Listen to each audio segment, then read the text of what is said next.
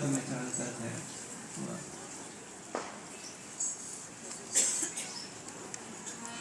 દાદા મમ્મા પૂછે છે કે બરાબર છે,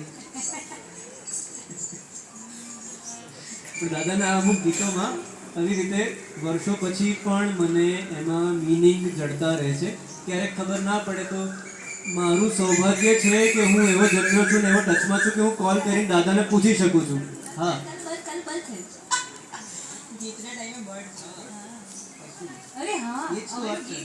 એ જ તો વાત છે. ચાલ પંખીની ભાષા કઈ જાણીએ, તે વાત એ જ કરવા જઈ રહ્યા હતા. તો આણે શું કીધું એ જાણીએ આપણે ગીતમાં. ચાલો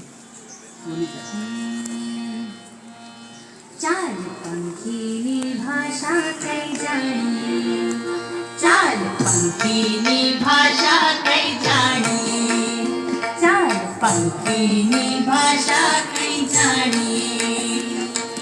કવિઓ તો અઘરું ને ઝાઝુ બોલે છે, ચાલ સહેલું ને થોડું કઈ માણીએ. ચાલ પંખીની ભાષા કઈ જાણીએ, ચાલ પંખીની ભાષા કઈ જાણીએ.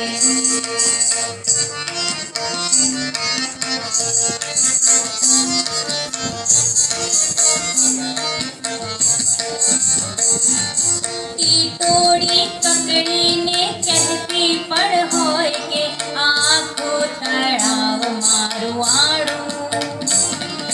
ટીટોળી કકડીને કહેતી પણ હોય કે આખો તળાવ મારું આડું. એમાં જો કલકલિયું ઊંધો પછડાય અને સોસર ઉપાડી દે કાણું. કાળો ગોશી સૌને શીખવવા બેસે કે ચાલો કલકલિયાને મારીએ. ચાલ પંખીની ભાષા કઈ જાણીએ, ચાલ પંખીની ભાષા કઈ જાણીએ.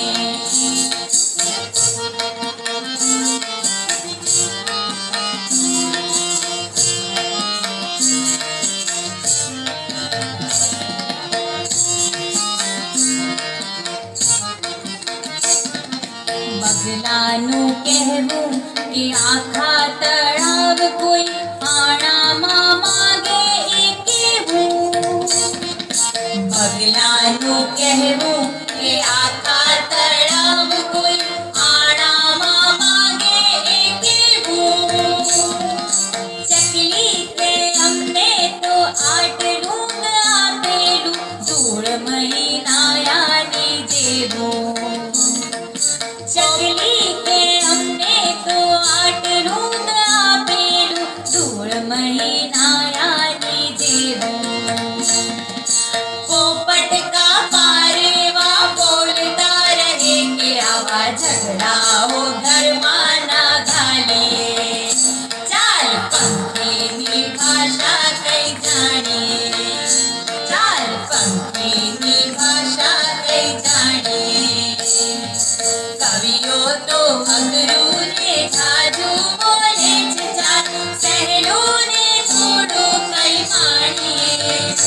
ચાલ પંખીની ભાષા કઈ જાણીએ, ચાલ પંખીની ભાષા કઈ જાણીએ, ચાલ પંખીની ભાષા કઈ જાણીએ.